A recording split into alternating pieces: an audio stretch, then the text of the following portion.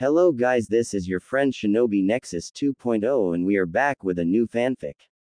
Which is What If Ino Confesses to Naruto Chunin Exams Part 1. And if you enjoy this fanfic then please press the like button and subscribe to my channel for more fanfic like this. And now let's start the fanfic. Prologue. Gah, I can't believe I lost to Forehead. Now I have to do this. Three friends lay on the grass, buffeted by a cool evening breeze.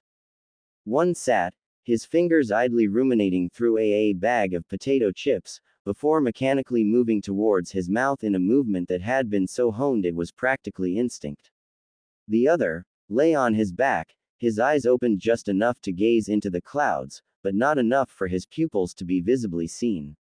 The last, a girl, paced around, her hair swinging in the wind, her footsteps trampling the grasses beneath her, and her gait one of inner turmoil. Come on. Don't just lay there. Give me some ideas. I can't do this without your help. The one staring at the skies closed his eyes even further, preventing his pupils from gathering any more light, as his breathing slowed on principle.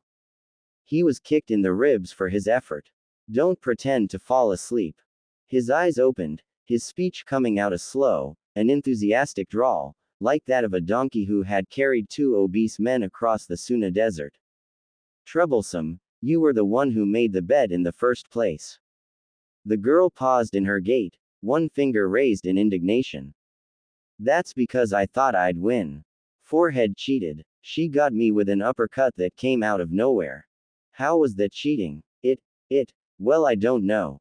All I know is, there's no way she could have beaten me in a fair fight. The boy eating the potato chips rubbed his cheek with his finger. His momentary reprieve from his favorite snack was provided with the need to be in the loop. He played the mediator amongst the trio, neither too hot-headed to listen to reason, nor too relaxed to abstain from taking actions. What was the bet about? The girl seemed to turn green at the memory. Her face soured as though she'd taken a bite out of an unripe, her fists clenched, balled and released and her body swayed in place, as though besieged by seasickness. The loser has asked out, Naruto.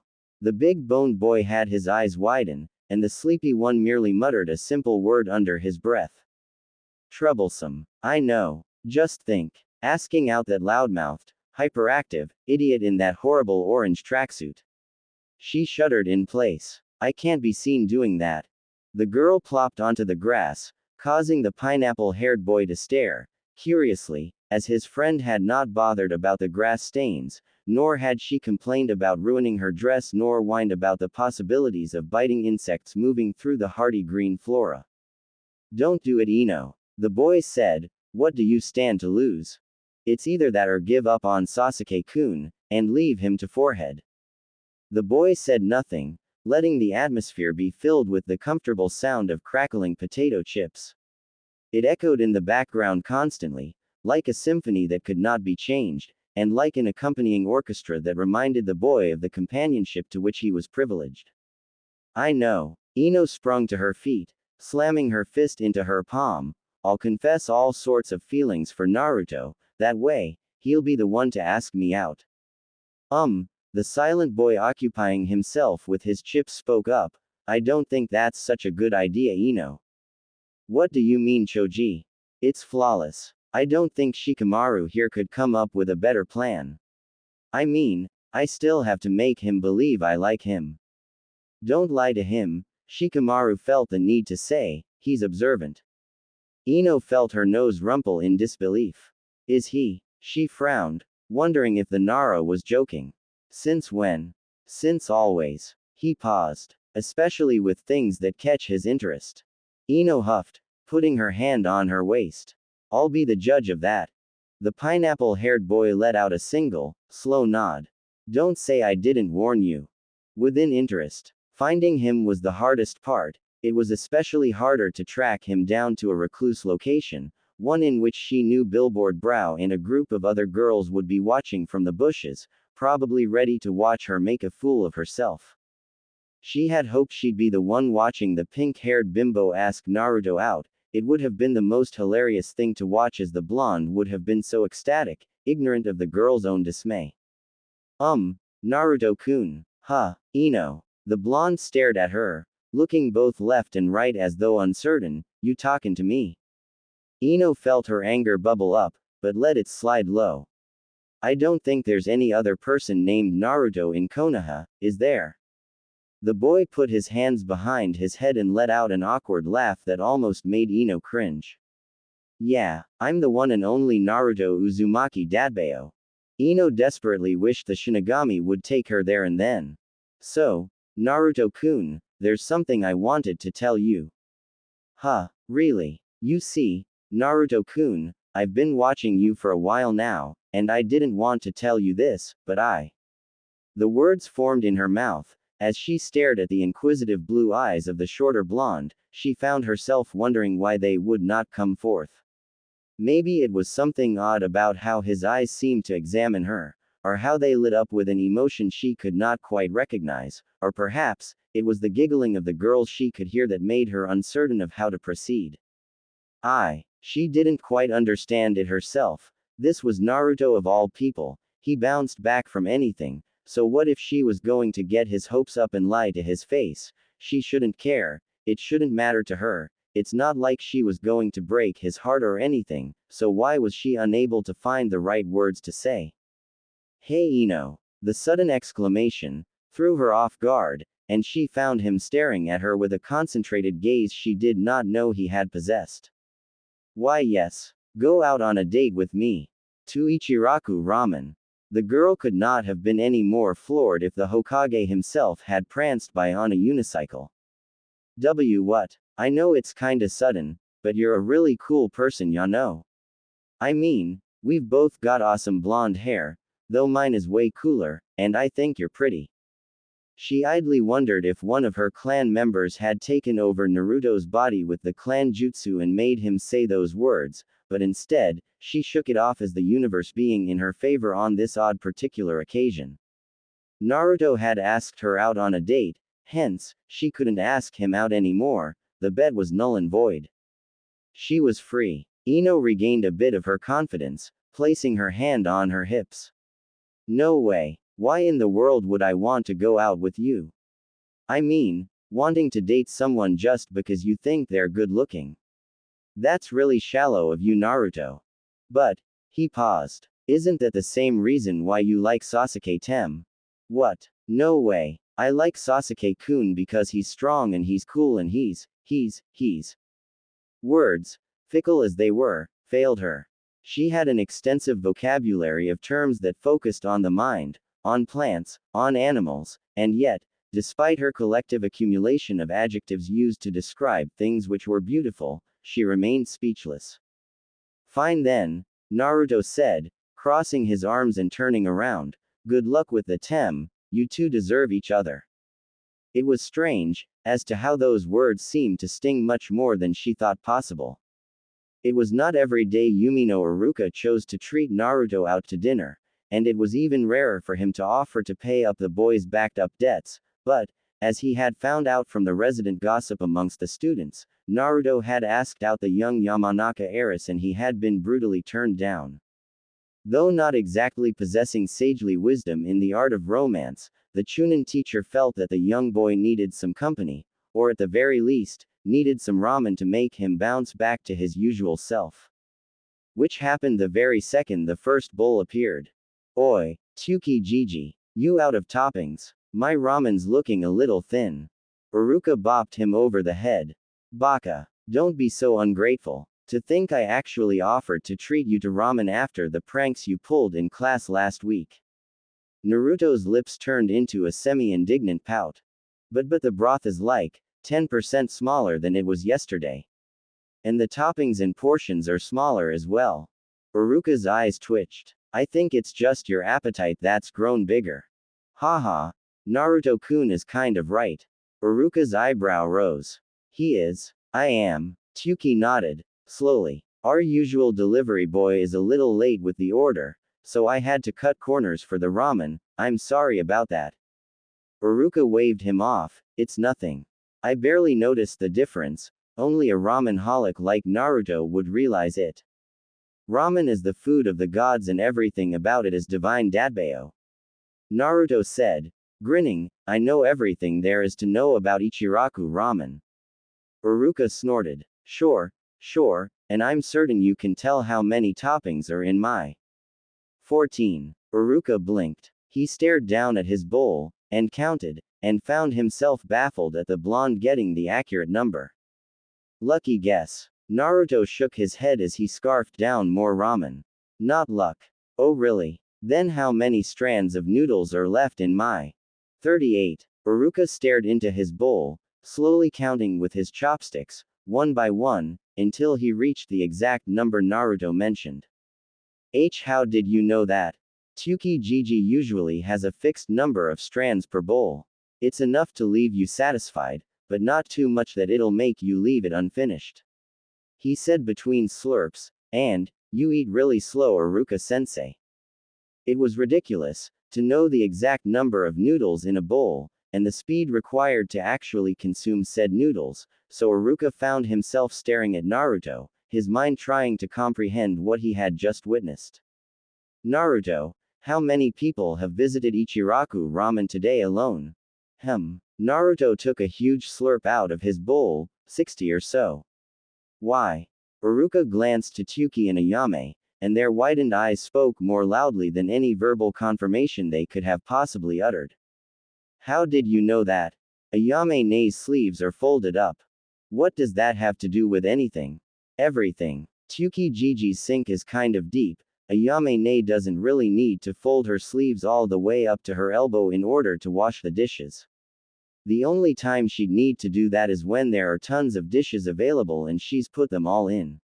She folds her sleeves so they don't fall into the filled sink and get wet, and also to make it easier for her to wash. Uruka's mouth felt dry. But that just tells you that they've been a lot of customers. How did you guess 50? Because Ayame-ne has also been cooking, Naruto said. Tsukijiji only ever lets Ayame-ne join him to prepare ramen when there are more customers than he can handle. And he's no slouch. He can take on 6 at a time, but if it gets too much, Ayame-ne helps him out. Naruto paused, placing a hand on his chin. Also, today's Monday, so there are usually about 8 or 11 customers in the morning, and around lunchtime, this place is filled really fast. That adds around 20 to 30 customers coming and going. Then after classes are over and in the evenings, there are fewer customers, but still enough to guess around 60. The sound of the kettle blowing was the only noise in the restaurant. How did you know Ayame-san had been cooking? What do you mean? She's got her apron on and everything, and look, those are miso soup stains on them. Uruka found himself feeling lightheaded and slightly dazed, more so when he realized that Naruto of all people and of all his students, was subconsciously using inductive and deductive techniques to glimmer information about things around him, and he didn't even realize it. He took in several deep breaths, before he decided to calm himself. Naruto, how many major hidden villages do we have? The blonde boy looked sheepish as he scratched his head, too. How is it that? Uruka had to calm himself and lower his voice. How is it that you can accurately guess how many customers have visited Ichiraku ramen, and how many strands of noodles are in my bowl, but you don't know how many major hidden villages we have in the elemental nations? Because I don't care about that stuff. Who cares how many there are? Konoha is the greatest Datbeo. Uruka sighed, shaking his head. Maybe he was just reading too much into things. Naruto spent most of his hours at Ichiraku ramen, and had more hours at the establishment than he probably did at his own home.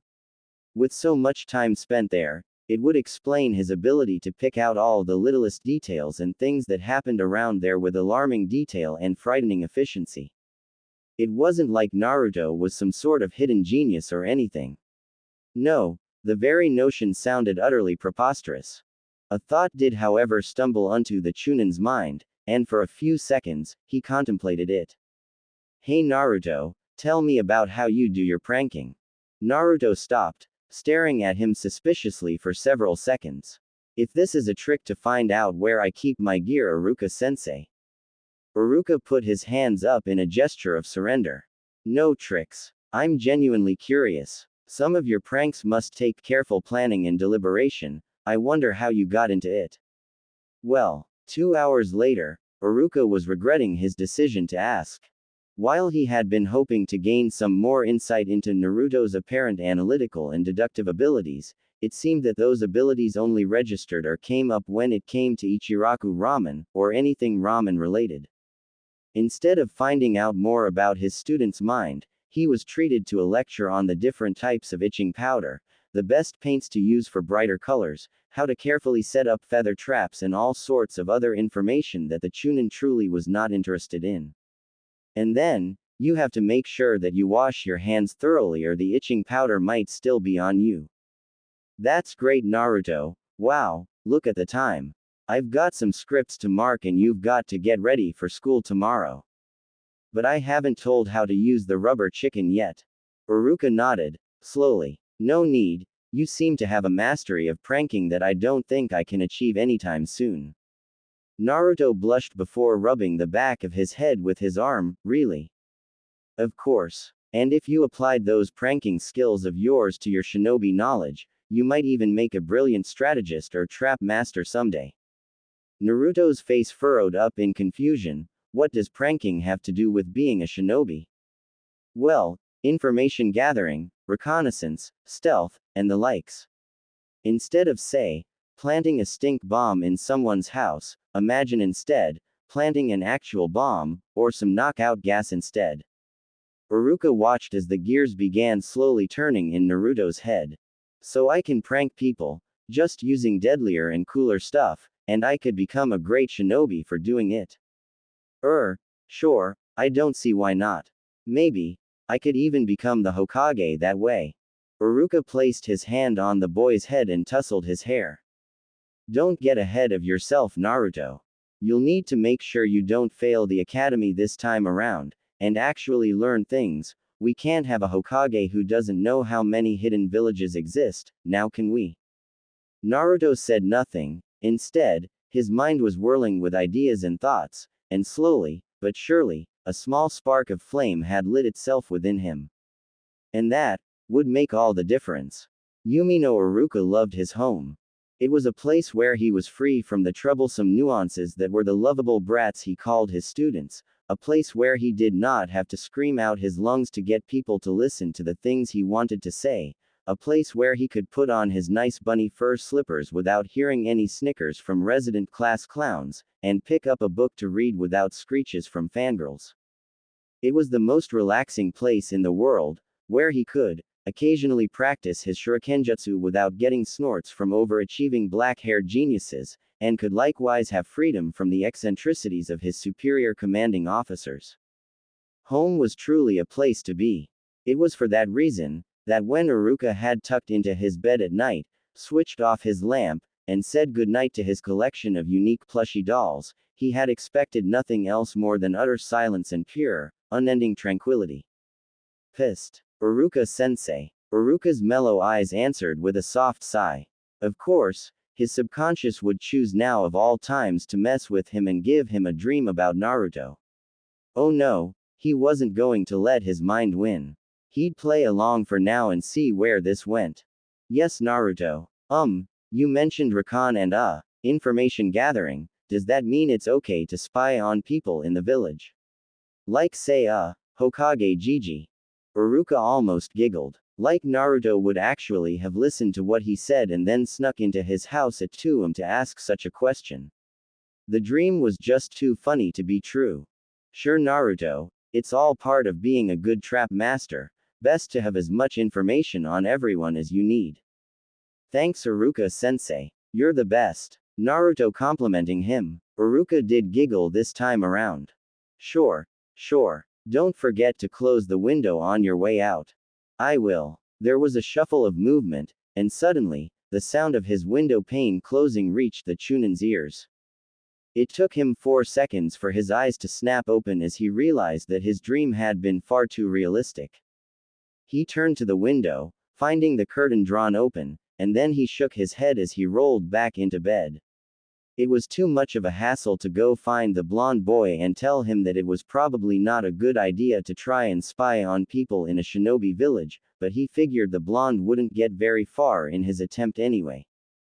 Besides, it was Naruto. What were the odds of him sneaking around the strongest shinobi in the entire village? Observation. The act or process of observing someone or something carefully in order to gain information. The process of observation was a tool which multiple shinobi relied upon in order to actively succeed in the field. One could even go as far as saying that it was the only thing that kept them alive. An unobservant shinobi was a dead shinobi, and that was a fact. Or at least, that used to be the way things were. Sarutobi Hiruzen sighed as he walked into his office, feeling his legs which had seen the dust of 3 shinobi wars weaken, and he gazed upon his desk with a cornucopia of mixed feelings and emotions. It was a shame, having come from another insufferable meeting made him realize just how much the shinobi world had changed. Back in the times of warring clans era, shinobi were not necessarily the up-and-go supernatural fighters that they were today. No, then, they relied purely on stealth, subterfuge, and assassinations. Living in that era meant always looking up, even when outside in broad daylight and on a large grassy plain several kilometers in length. It meant being cautious about every puddle of mud that you passed or about every shadow that so much as seemed to be moving in a suspicious manner. It meant always making sure you switched your drink with another one before taking it, and abandoning any plate of food which your eyes had strayed away from even for the briefest of seconds. Failure to do any of these would often end with one gracing upon the shining blade of the Shinigami, and wondering what had happened. The Sandaime Hokage sat, taking a brief sigh as he stared out into the empty office, his table filled with various documents, some half done, others waiting neatly to be signed, from important tasks like changing the Anbu patrol teams to utterly trivial requests like demanding for a subsidy for kunai traders. Trivial anyway, compared to other papers which had stamps from the daimyo and contained sensitive materials which could and would easily incriminate Konoha for the mysterious disappearances of many of the daimyo's rivals. The man shook his head, partially wondering when and why the days of shinobi had rapidly changed from being creatures of the night to being flashy show-offs capable of setting forests on fire and utterly remodeling the landscape with their battles. In this era, the prominence of stealth and subterfuge had taken a nosedive, and every young child who entered the academy dreamed of making tsunamis and causing thunderstorms. It was only when reality came crashing down as many lacked the chakra capacity for such feats, did they eventually settle for more mediocre positions. Alas, the Hokage stopped his musing, realizing that such thought were wasted on an old man like him anyway. It seemed that there was a new generation afloat, and soon enough he would become nothing but a relic. Shrugging, he ensured that there was none of his Anbu in his office, before allowing a small, somewhat excited smile to come up to his face as he stared at the bottommost drawer of his table. He may not often appreciate his students' conduct when it dealt with women, but even he could not deny that the man wrote some very interesting materials. He reached for the drawer, and slowly, but surely, he pulled it open, his perverted grin widening slightly. If asked about the event later on, Hiruzen Sarutobi would deny ever being surprised. However, it did not mean that he was not surprised, as his eyes widened to levels that would cause even dojutsu wielders like the Hyuga to feel uncomfortable, as the drawer opened, and consequently, his face was filled with the cold, but not entirely unpleasant texture of what he instantly recognized as a banana cream pie. He stared, ludicrous, as the plate of pie slid off his face, and landed onto the ground with a slow, methodic thump, and it just so happened that the loud sound triggered the Anbu agents outside who burst in, eyes searching for any intruder. The two agents paused, staring at their Hokage, and though Hiruzen could most definitely not see through their porcelain masks, he was certain that they were doing everything possible not to show their mirth. It wasn't every day you saw the Hokage's face plastered with pie. Are you two going to stand there and stare at me, or would you like to taste the Hokage's pie? His words seemed to jar them, and it was almost like he was daring them to laugh. Yes, Laugh at the man who could demote you to a genin and make you spend the rest of your entire military career scooping dog poop. Go on, laugh. Thankfully, they had more common sense than that, and the female Anbu, codenamed Nako, had the decency of handing him a fresh towel. The old man cleaned the cake from his face with the towel, before placing it down, his eyes doing their best to refuse twitching in annoyance. There was one person who would actually have the gall, the means, and the motive to think about pranking him, and though somehow he had never been the target of his pranks, Sarutobi Hiruzen was going to make it clear that one does not simply shove pie in the Hokage's face and get away with it. Bring me Uzumaki Naruto. Hi Hokage-sama. His Anbu vanished with the familiar gust of wind that indicated the Shunshin technique, and the Sandaime Hokage let himself sit back with a sigh. He had never had to truly berate or reprimand Naruto for anything before, but there were some lines that could not be crossed. The mere fact of breaking into his office too. Hiruzen blinked. How had the pranking menace entered his office to set up the pie in the first place? It was impossible to do so from the back windows, they were firmly locked and had been so for a while. There was no way his secretary would have let him in, let alone the entire Chunin workstation that aided in organizing missions. He opened up the drawer once more, staring at the contraption that was within it which had aided in launching the pie. A weak string, with some sort of makeshift pulley device attached to the handle, along with a large metal spring. The sting would activate the pulley when he opened the drawer, and the pulley would in turn fire the string. The Hokage wasn't stupid. There was a creeping chill that came upon him once he realized how easily it would have been to substitute the pie for a kunai, or the trap for a loaded crossbow, and he would be dead. Hiruzen took in a deep breath, finding his pipe idly laying on the table, before reaching for it, stuffing it with the required fuel and putting it to his lips, igniting it with a small fire technique, and letting the acrid taste of the smoke permeate his tongue, before he blew it into the air and leaned back into his chair. They were in a time of relative peace granted, and no one would be able to maintain their sanity for too long if they acted as though every single thing and every single one was out to get them, whilst even in the comfort of their own village, and comfort of their own office, but had he truly become that lax? It seemed he would need to start training again. The office was filled with a brief poof of smoke, and the familiar blonde menace known as Uzumaki Naruto appeared before him, grinning like a maniac as he was held by two Anbu agents. Sarutobi steeled his features. Naruto. Whatever he was about to say was cut in half by the boy's boisterous shout. About time, Gigi. You ended your meeting way later than normal today. I almost thought the prank failed. Hiruzen was able to dissect the boy's sentences, and the semantic meanings he attained from them being heavier than the words themselves. In reverse order, Naruto was outright admitting that the prank was his, then, he was admitting to possessing prior knowledge about the fact that he was in a meeting, and lastly, he was anticipating being called to the office. Hiruzen stopped whatever he was going to say, his steeled features softening for a bit as he shook his head. Why did you put the pie in my drawer, Naruto-kun? The boy smiled as though what he did was not an action that would get people executed in other villages. I wanted to see you. Hiruzen blinked. You wanted to see me? Naruto nodded. Hiruzen looked at the two Anbu, giving them the signal that they could leave, and they vanished in a puff of smoke that left stars in Naruto's eyes. Cool. Gigi, can you teach me how to do that? Hiruzen shook his head. Later, Naruto. For now, explain yourself. If you wanted to see me, you could simply just walk in and ask. Naruto gave an exasperated groan. I did try it, Gigi.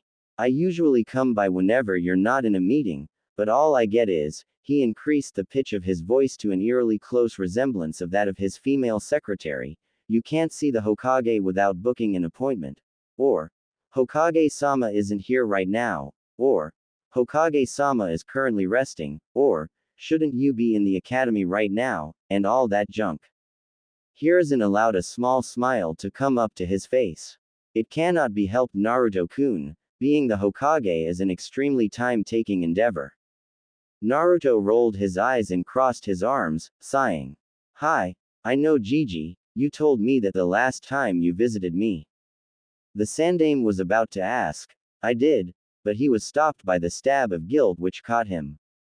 He couldn't even remember the last time he had visited the young boy's apartment, but he knew for a fact that it hadn't been in months at the very best and years at worst.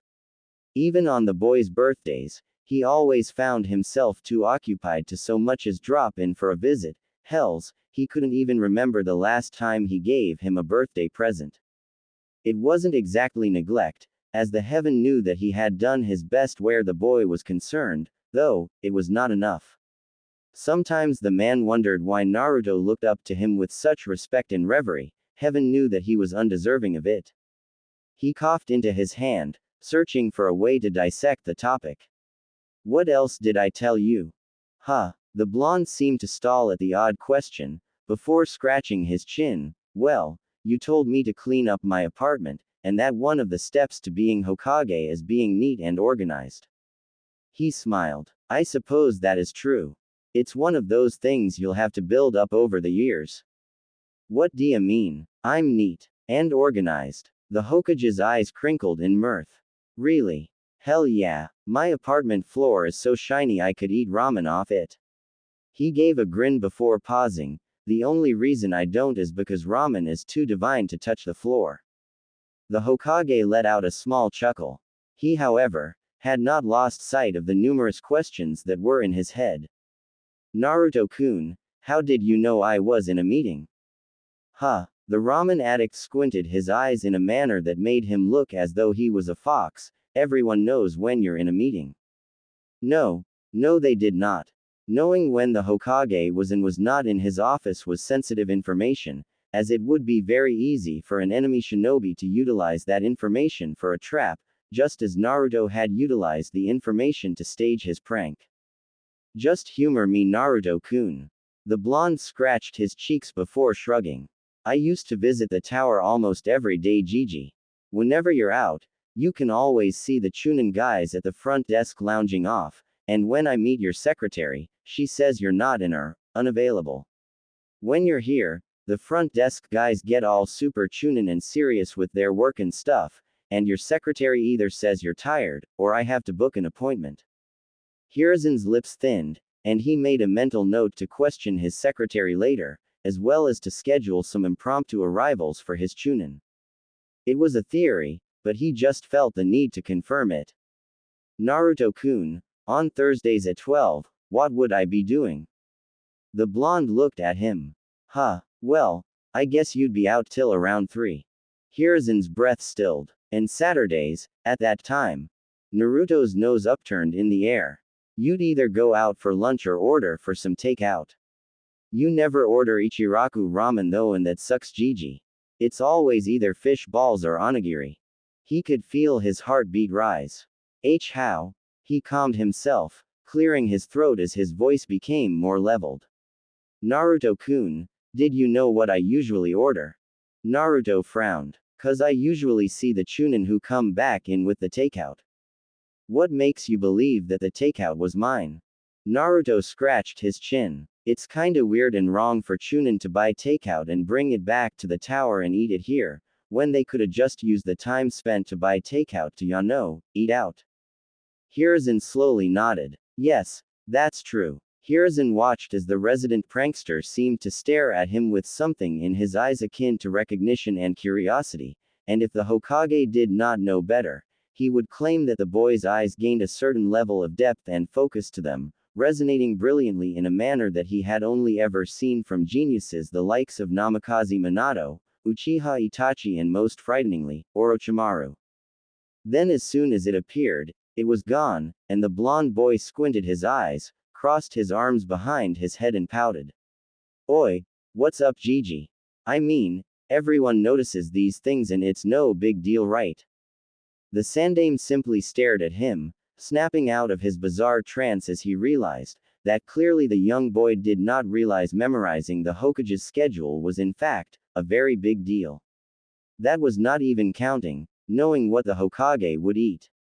Slowly, stirring deep within him, Hiruzen Sarutobi found himself reinvigorated, as that spark, the display of what he had thought long lost in the ways of shinobi, keen observation, had seemingly been brought out in full force, in the most unexpected and unlikely of persons. Hiruzen shook his head. He had established that Naruto knew his schedule like he knew the back of his hand, which was unexpected, but not overwhelming impossible. Human beings were creatures of habit and pattern. You did things at expected and designated times, and most people had a routine that they followed every day. Wake up at a certain time, train at a certain time, eat at a certain time, which could not just be abandoned, otherwise one's life would be in utter disarray. What Hiruzen could not for the life of him figure out was how Naruto had entered his office in the first place. A question he did not hesitate to ask. Oh, that's simple. I hanged into a broomstick and let the cleaners carry me in this morning. Hiruzen's eyebrows rose greatly. Naruto-kun, that is not how the transformation technique works. Naruto's eyes squinted. Nani? The henge is a weaker class genjutsu and all it does is allow you to apply an illusionary layer over yourself that merely looks like a different thing. The Hokage picked up his pipe, letting himself drag from it. If the henge was a solid transformation, every shinobi with access to it would use it to grant themselves shapeshifter abilities like turning their hands into swords. Naruto's eyes gleamed, and Hiruzen regretted his utterance upon noticing the look in the resident prankster's eyes which practically yelled, "Challenge accepted." Henge. Hiruzen could only let his pipe fall from his lips as he watched a single, one-edged, Anbu edition katana appear in front of him with a burst of smoke, eliminating the boy in its place. The Hokage rose up, feeling his ankles groan slightly as he reached the blade, grabbing it, and actually swinging it around like it was an actual sword. He put his hand to the edge and actually watched as a small trail of blood emerged from the cut. Amazing. He placed the sword down and it transformed back into the blonde, who was grinning with an "I told you so" expression on his face. You're oversaturating the technique with chakra. Over what? You have very large chakra reserves, Naruto. As a result, you're oversaturating your techniques. His tone took on one which befitted his title as the professor. Fundamentally, when you oversaturate a technique like, say, a fireball, all you would get would be a roaring wildfire, and likewise when you oversaturate something like a water gun, you would get a tsunami. Of course, this lack of control and precision is expected with elemental techniques, but the henge isn't an elemental jutsu. Hence, all the excess chakra had nowhere else to go but back into the technique, granting the illusion tangibility and giving you the properties of whatever you transformed into, though I highly doubt it grants you the same durability. Hiruzen finished, expecting to find Naruto either looking at him with awestruck eyes, or with orbs clearly lost in confusion, but instead, what he found was that same focused look again, one that seemed to wield a surprising amount and made his orbs look like the view of the ocean from across a horizon. But, then why can't I make a single stupid bunshin? Shouldn't I be making like thousands of them instead? You are having problems with the bunshin technique. That's the first I've heard of this. The stupid thing is the reason I failed the graduation exam. Hiruzen rubbed his beard as his eyes slowly closed in contemplation. Show me. He watched as Naruto moved into the familiar seal, feeling the massive build-up of chakra before the room was engulfed in smoke. Bunshin. Once the smoke cleared, Hiruzen spotted 4 pale, lifeless facsimiles surrounding the boy, none of which would be capable of fooling infants for even a split second. I see. The technique requires less chakra, and oversaturating it causes it to lose its effectiveness as the illusions have more chakra than they actively need to function. Think of it as having more blood in your body than your heart can properly pump and process. You will not pop immediately, but you certainly will not operate at normal capacity. Naruto frowned, staring at the man. So how do I fix it? The Hokage rubbed his chin. Simple. You simply need to utilize better chakra control exercises. The greater the control of chakra you have, the less likely you are to oversaturate your techniques. He walked over to the wall, where portraits of Hokage's past hung, and moved aside his own portrait to reveal a safe within it. He turned the dial, the numbers still clear in his head before swinging it open.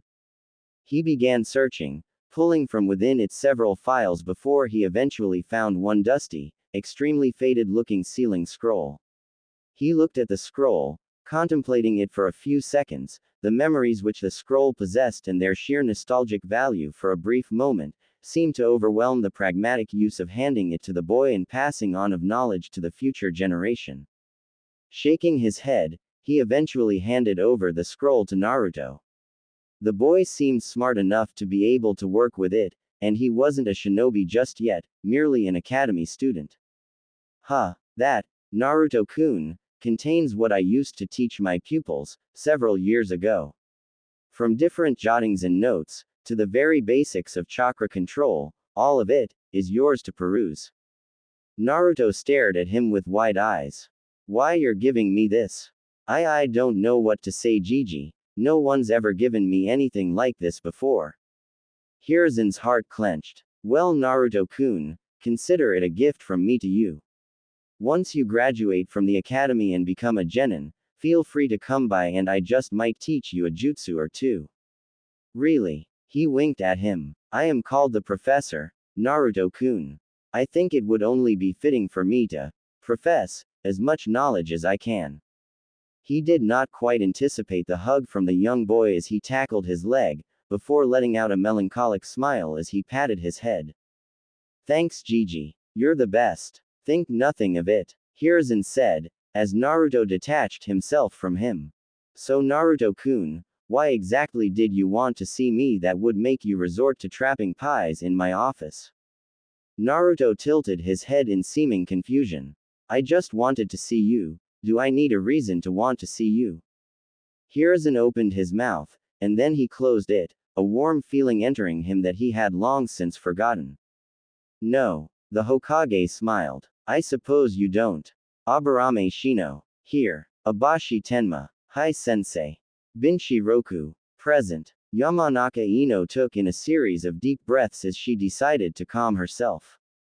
She was a member of the Yamanaka clan which prided itself in its mind arts, and as such, she, as well as numerous others privy to the intricacies and delicacies of the clan's workings, were expected to keep a level head, and to calmly analyze any and all scenarios which came before her. The Jonin would find angrily snarling as he kicked a stone down the street and brandished his kunai at any minor offense was more than often troubled, and his temporary anger which he displayed was not an enduring personality trait, but rather, more than likely it was a standalone feature that had arose due to external circumstances. Hyuga Hinata. Hi sensei. Inazuka Kiba. I'm here sensei. Arf. Arf. Her father had taught her more than once, to always keep an eye on the people around her, as that was how you knew the good shinobi from the bad ones, and it was always best to avoid getting on the bad sides of certain individuals who may or may not be deemed unstable. He had also told her not to judge others, as well as to avoid having any undue prejudice against people, because no one existed with their entire life stories trailing behind them, and as such, they all had different reasons or motivations for one thing or another. This, of course, did not mean that Yamanaka Ino was able to take all that advice to heart, especially when it did her absolutely no damn good. Uchiha Sasuke. Here. Uzumaki Naruto. Silence.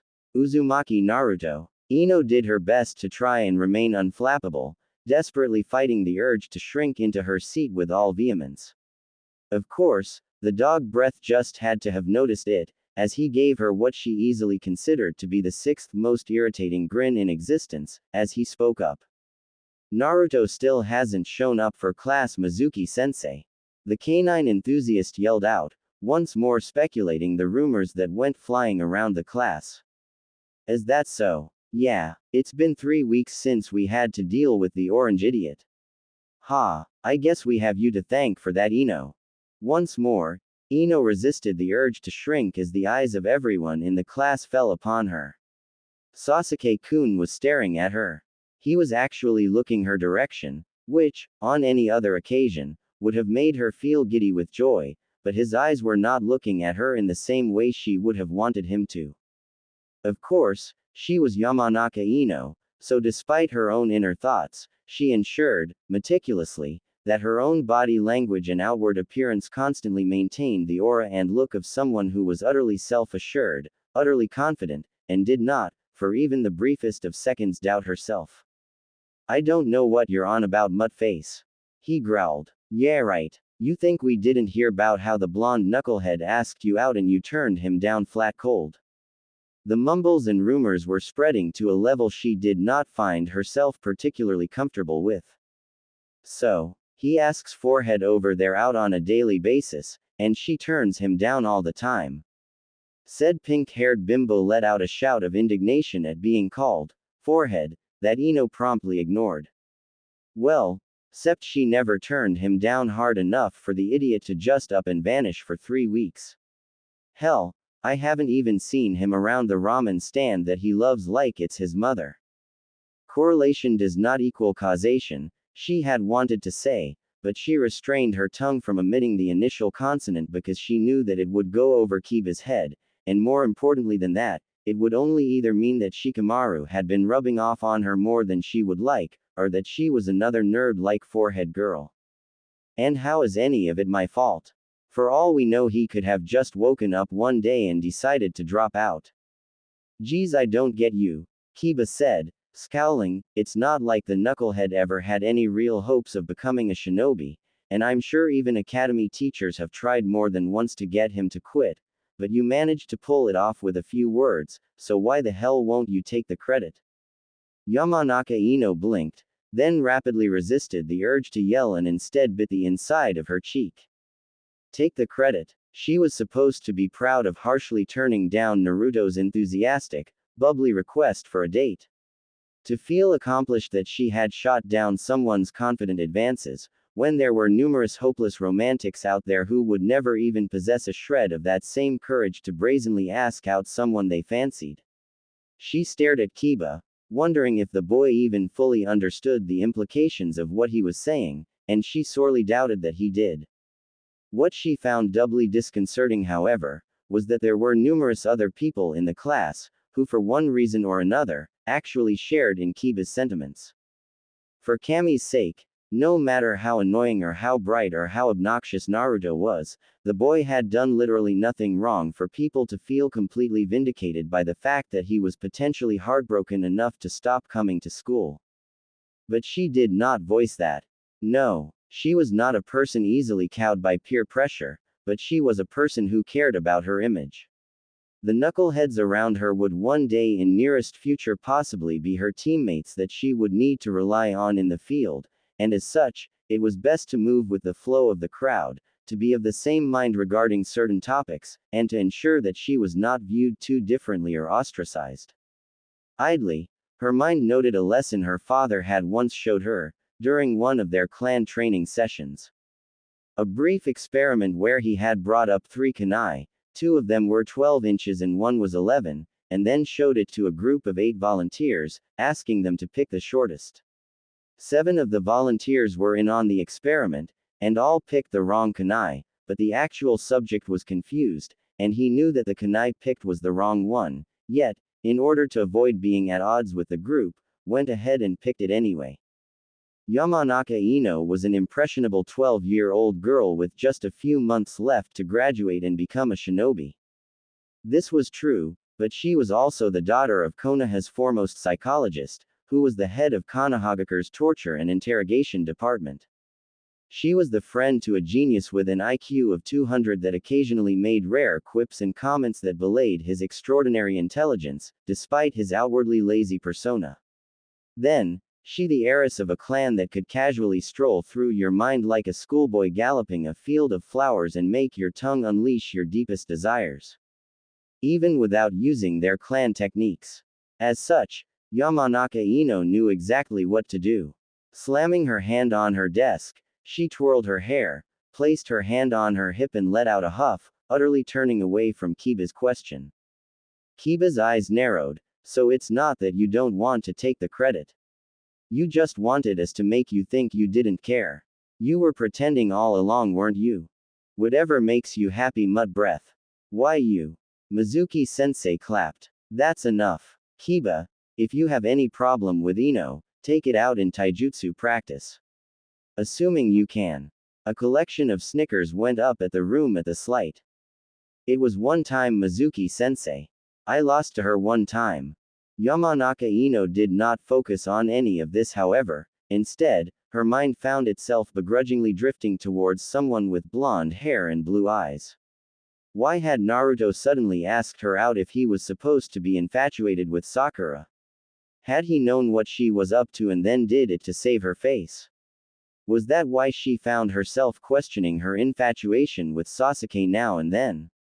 She had doubted Shikamaru's words before about Naruto being observant, adding up to another time the pineapple-haired Nara had been right, and Kami knew that if Shikamaru wasn't so lazy, half of their conversations would be filled with, "I told you so." Still it just didn't seem to fit. If Naruto was so observant, why was he the dead last? Did graduating and becoming a shinobi not matter to his interests? She found herself biting on the edge of her pen and took in a deep breath. It seemed like she knew what she was going to do after school today, solving the enigma that was Uzumaki Naruto. Assuming she could find him. Within interest. Naruto. There had been a lot of odd things that Akamichi Choji had seen in his life, from vanishing pieces of cake, to people who utterly ruined the concept of a good meal, to even things such as pineapple on pizza. He shuddered. Nevertheless, despite having seen so many odd things in his brief few years alive, he would say that he had never felt more conflicted nor had he ever felt more uncertain on what to do, when he saw his blonde classmate, Uzumaki Naruto, rummaging through the trash cans of the Akamichi clan compound, more specifically, his trash can.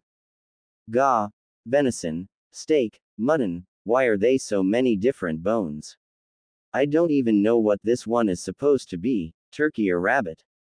Choji awkwardly stopped eating from his famous bag of chips, rubbing his arm in a particular manner that didn't aid in alleviating the awkwardness. It had now been 4 weeks since Naruto had shown up in class, and Ino had been reserved ever since there were some allegations that it was because she had broken his heart that Naruto had been skipping out on school. Choji thought that it was a lot of baloney, but Ino didn't feel that way, and no one knew what to make of the situation. This past week however, the blonde had been seen out of class, doing numerous odd things.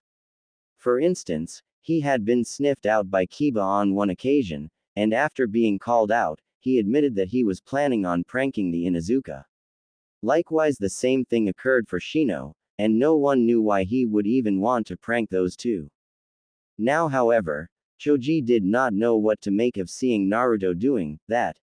Of course, the Akamichi didn't particularly know just how lucky he was, to have been born into a major clan, to have had loving parents and to enjoy magnificent meals every day, and though it was easy to forget, Naruto had no parents, had no one to cook for him, and pretty much lived on his own. He never truly realized how privileged he was until he saw his own classmates seemingly scrounging for scraps. Naruto, you don't need to eat out of the trash can, we've got plenty of food. Naruto stopped scrounging, the light of the slowly setting evening sun casting a weird glow as he raised his head from the pile of dirt and his eyes regarded Choji with a confused expression. I said you don't need to eat out of the trash can. What? This? I'm not that pathetic that I'd scrounge around dumpsters for food. Choji stared at him, a cool breeze passing by that somehow seemed to cement his words. True, Naruto did seem to be the type that was too proud to actually be seen doing something like that. Then, what are you doing? That thing you do where you take old stuff and make new things with it, what is it called again? You're recycling. He snapped his fingers in confirmation, grinning. Yeah, that's it. Recycling. Naruto, you're only meant to recycle papers, plastics and metals, not junk food items. The blonde blinked owlishly. Says who? Choji shrugged, watching as Naruto seemingly pondered about it for all of 3 seconds, before hefting over a large bag over his shoulder and dropped it on the ground, wiping the sweat off his brow. Now that the young Akamichi heir thought about it, he realized that Naruto shouldn't even be in their clan compound, much less searching through their trash. How had he passed the guards and the gate? This haul was awesome. With this, I'm going to become the greatest shinobi that ever lived. Datbeo. Choji stared at him with no small amount of confusion. With trash, Naruto grinned. With treasure. Choji was looking at him owlishly. I don't understand. Your favorite chip brand is the Tachino chips. You never buy the really saltier versions and stick to the bags instead of the cans because you hate it when you can't get your hands down in it to get the last ones. Choji blinked. Tachino chips are kinda rare though, really rare, and freaking expensive too. And you breeze through about 6 a day, every day. That's not even counting all the feasts you call dinner. Choji, you're loaded. Choji choked on his potato chip. And not just you, your entire clan is loaded too. I mean, I didn't even know that the Akamichi clan totally owned like half of the farmlands that make all the food that everyone in Konoha eats. But you guys are so cool and mellow that no one realizes that you're the richest clan in MMPH. Choji had heard enough as he proceeded to cover Naruto's mouth, eyes darting left and right as he let out a sigh. Good-hearted boy and avid foodie he was, but he was also being groomed to be the future head of said Akamichi clan, and there were some things that needed to be left under wraps. Yes, the Akamichi clan was rich, stinky damn rich, probably richer than the Hyuga and the Inuzuka clans combined. Of course, the reason why their wealth hadn't drawn undue attention was because they were also the most underestimated clan in Konoha. They were the big friendly giants who simply loved their meals and would leave you alone in peace as long as you did not mention anything about their weight. As such, no one would ever find anything wrong with these people having extraordinary wealth. Of course, the Akamichi found no problem with it, being underestimated suit them just fine. Naruto, how did you know all that? Just think about it, Choji. He had a glint in his eye. Garbage tells all. The stuff you throw in the trash can tells way more about you than you can believe. The blonde began counting on his fingers. Uruka-sensei's hobby is woodworking, his favorite drink is cherry juice, and he eats tons of fruits and cooks all his meals himself. Sakura-chan uses 3 different conditioners at the same time, and she's on a diet for now. Sasuke-tem seems to like tomatoes a lot, and he's a terrible cook. Choji brought him to a stop. It was impressive, unorthodox and greatly breaching the privacy of several people, but impressive nonetheless. Naruto, just how many people's garbage have you scrounged through? The blonde paused for a second, before shrugging. Counting you, everyone. Choji almost choked on his chips again. Everyone in Konoha. Huh, no, I meant everyone I know. He gave a proud grin. Why do you think I haven't been at the academy for a while? Choji calmed down significantly at that. So Naruto had been doing recon on every individual he knew. That's incredible.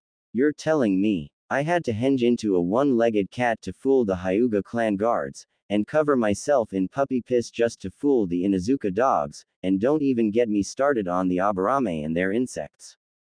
Akamichi Choji stood, slightly confused, slightly impressed, and a little bit annoyed at the fact that Naruto had somehow chosen him for last, until he reminded himself that technically what Naruto was doing was a huge breach of privacy, though he seemed not to realize it, or care.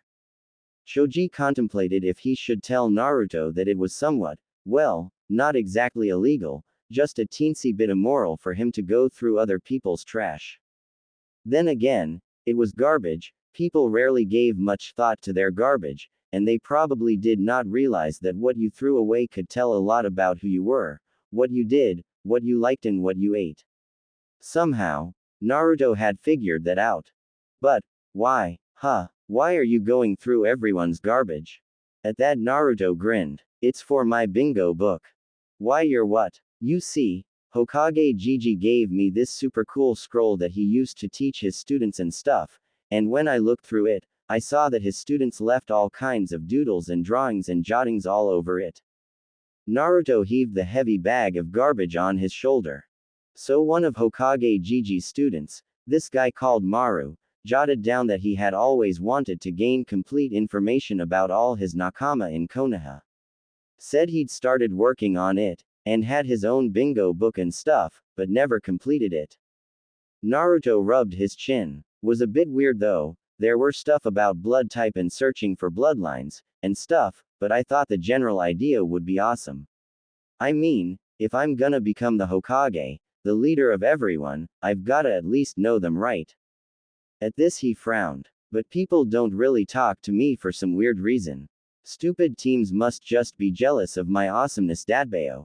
He said with a grin, so I recycled their trash, and used the stuff I learned to fill up the book. Choji wanted to tell him that some people were averse to talking to him because of his general orangeness, but he didn't have the heart to do so. Plus, I'm working on being Konoha's greatest trap specialist. I'm going to use my pranking skills to become the greatest shinobi in the world. Believe it. So, I kinda need some of the trash to help build up my arsenal. Brilliant. It was a word which had a nimity of meanings, each one more elevated than the last. Placing those who were referred as that word was to place them on a magnificent glass pedestal, and Akamichi Choji had not assumed that he would be running into another individual that could leave him as odd as his best friend Shikamaru. He found it even odder considering that he was attributing this word to Naruto of all people, and though the boy did not realize it, what he had done, what he was doing was sheer brilliance. He was considered the dead last, but most likely he was the one taking their future occupation as shinobi the most seriously. Gah, I've got to run. Higurashi weapons stores usually toss out some old rusty kunai and metal I can use around this time. See you around, Choji. Choji blinked, drawn from his reverie as he realized that he had just found the elusive boy that his friend had been trying to track down for the past week with no chance of success. Wait, Naruto, Ino's been looking for you. The boy was gone, leaving Choji standing in place and conspicuously staring at the garbage pile. A mere pile of garbage that had made Naruto of all people easily realize the not-so-hidden secret of the Akamichi clan. From now on, no more leftovers. The sound of crackling potato chips and hearty receding footsteps echoed off into Konoha's twilight. What was the difference between intelligence and wisdom? This was the question Yamanaka Inoichi asked himself as he plopped down on his couch, a tired sigh on his lips and a long-worn furrow on his brow, just now finally concluded from a long day at the office. Some would say that intelligence was possessing knowledge. An intelligent person had the savoir-faire of numerous different fields or areas, such as someone who had memorized entire aspects of a thesaurus, or someone who could calculate complex mathematical figures on the fly. Then, they would say that wisdom was possessing the ability to use said knowledge in the adequate scenarios to achieve the optimum result. Except, that was not true. That was the relationship between intelligence and wisdom and not the distinction. Intelligence and wisdom were somewhat separate, as one could be wise, in the manner of an enlightened monk or spiritual individual, but they would not be smart, such as monks that could neither read nor write. Likewise, one could be smart, possessing a great deal of knowledge about numerous aspects and fields, but not necessarily wise. For instance, a scientist who chose to give his children extremely efficient meals and prevented them from eating sweets because he knew the health detriments, but was unable to realize that his children would never understand his perspective. Unfortunately, it seemed that people regarded intelligence on the higher spectrum than wisdom. Konoha was gradually running out of wise young shinobi and instead, they were breeding geniuses. If only his beloved village could have a Sarutobi Hiruzen for every Uchiha Itachi and Hatake Kakashi, it would be so much better off. Unfortunately, most levels of wisdom came with experience, and as such, those greatly in need of it sorely lacked the access to it. Shameful as it was, Inoichi knew full well that his village was filled with people lacking both intelligence and wisdom. Most obviously would be the civilians first, who would willingly let their children sign up to the academy, fooled by the romanticized ideal of the Konoha Shinobi Corps. They were nothing but glorified child soldiers capable of taking on full-grown men twice their size, but child soldiers no less. Most of them would not live to hit 30, and those who did would be so scarred by the things that they had witnessed and performed, that they could never live normally ever again. But the will of fire burned strong, how strong it burned indeed. Fire was the one thing most capable of bringing unlimited destruction to leaves, yet not a soul had noted the irony. Konoha's head of tea and I shook his head as he let out a deep sigh. The question and deliberations had not struck him on some utterly odd whim, and he was not usually someone to start thinking about such topics, but perhaps the reason the question had struck him had been because he had been watching his daughter recently. Ino was his pride and joy, and of course, he had done his best to lavish his little princess the way any father would, but he made sure he never cosseted her too much, especially if she wanted to be a kunoichi. He was initially adamant against her decision to even enroll, but he had no choice. Had his daughter said she wanted to become a horticulturist or a botanist or a psychologist rather than a kunoichi, not a single soul in the world, dead or alive, legend or nightmare, would have been capable of forcing him to tell her otherwise. But of course, his daughter wanted to be a kunoichi. He had no choice left but to respect her decision, or lose her love and respect forever. Despite training to be a powerful, lethal weapon, she was still a young girl though, and as such, he had been more than happy when she showed the signs of her youth, such as an adolescent crush. His only wish was that Ino would have at least picked a crush that was not so mentally scarred, but in the end, he had left her to her own devices. Until now, he had begun noticing in the past 4 weeks how much his little princess was changing. There had been a little bit more interest in the way she listened to his tales at the office, and as he explained to her bits and pieces of the psychology that people took for granted. Then of course, the frequency at which she mentioned the Uchiha's name had hit a sudden decline. Whereas he could have previously counted a minimum of 16 counts per day, it had dropped to a mere 5, and each time the topic was brought up, she bit her lips, her eyes furrowed, and her nose rose, just a smidgen. Something or someone had made her re-evaluate her infatuation, and she was inwardly conflicted. He would usually leave the issues of boys to her mother to handle, not because he was inept, but rather because he felt there would be more of a bond between his wife and his daughter discussing over such sensitive feminine issues. Of course, when she began leaving the house and returning each day, looking more tired and frustrated than the previous, he decided to intervene. Ino-chan, is there anything bothering you that you want to tell me? She had pursed her lips. Well, her hesitation alone was not a good sign. I did something, I think I did something, to someone, that might have been kind of bad, and I've been trying to find them to apologize, or explain, or something, but. Inoichi eased her. Calm down, Ino-chan, go gently, from the start.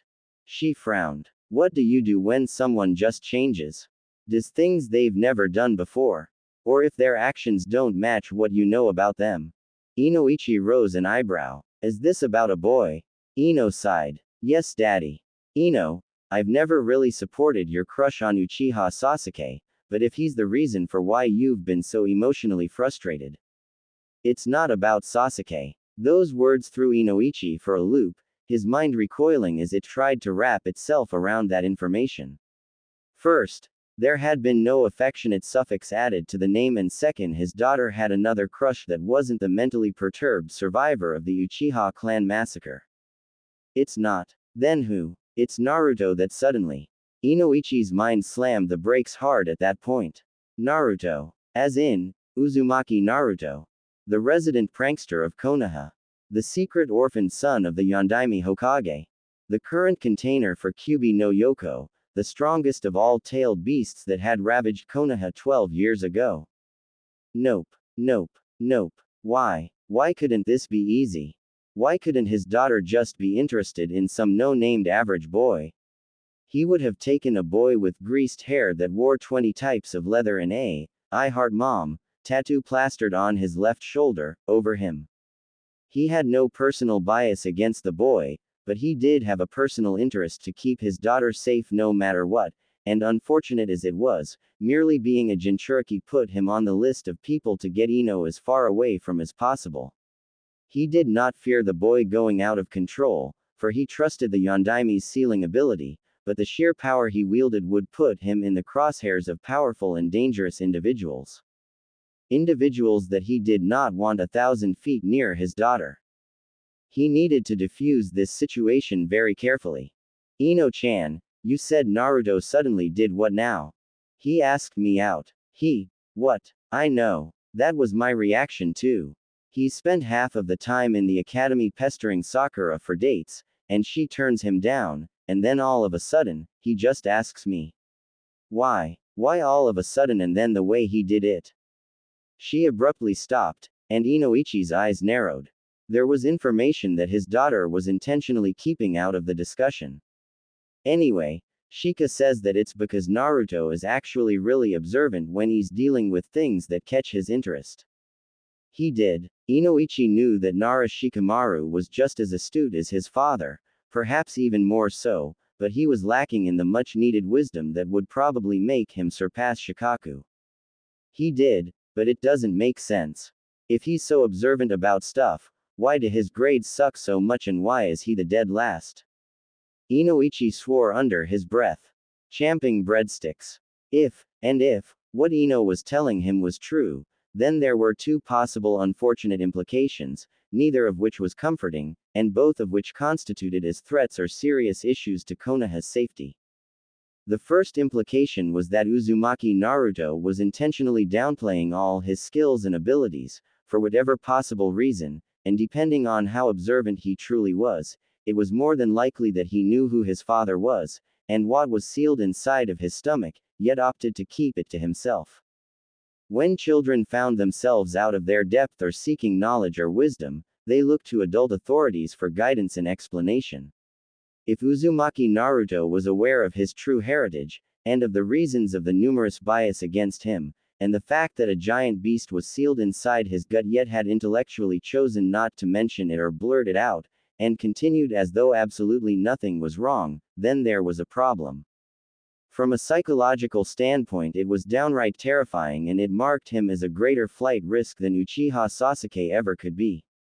The second implication, of course, was somewhat lighter, and it meant that there were serious levels of bias against the boy, and he was more than likely being either taught wrongly, or intentionally failed in order to ensure that he did not graduate. It meant that there were shinobi amongst the ranks who had let personal bias interfere with objective judgment, and they needed to be sanctioned and undergo screening to see if they were truly worthy of being in the shinobi corps. After all, if you let your emotions bleed into your job when all you did was to teach, who was to say that on a mission, you would not choose to let your emotions take sway and then instead of assassinating a target, you let them escape?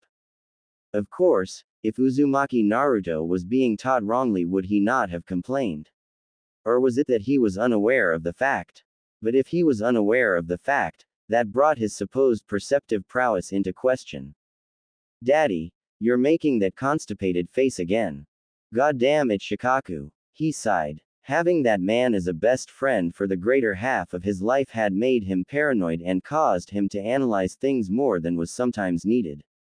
For all he knew, Shikaku's son was wrong, and Uzumaki Naruto was not some overly perceptive genius mastermind intentionally hiding his skills in order to be severely underestimated by the Konohan populace whilst he plotted revenge for being ostracized, orphaned and denied his legacy. All right, Ino-chan, if you want answers, find Naruto and invite him over to dinner. I can't. I've been searching everywhere for him for the past 4 weeks and I still can't find him. Oh dear. He skips out on the academy. Daddy, it'd be easier to count the number of days he's been in class than the number he's been outside of it. Oh no. And no one knows where he goes. No one questions what he's been doing with all that extra time he spends outside of class. Inoichi took a deep breath. It seemed he would be scheduling a meeting with the Hokage soon. Within interest, Tenten was a simple girl. She liked weapons, sharp objects, pointy blades, and everything in between. She enjoyed training, swordsmanship, archery, and improving her aim and control over either blunt or pointy objects which could be utilized in battle. Despite having only under a year's worth of experience as a genin, and serving underneath what could only be described as a circus act of insane teammates, she had done well for herself, and liked to believe, at the very least, that she was sane.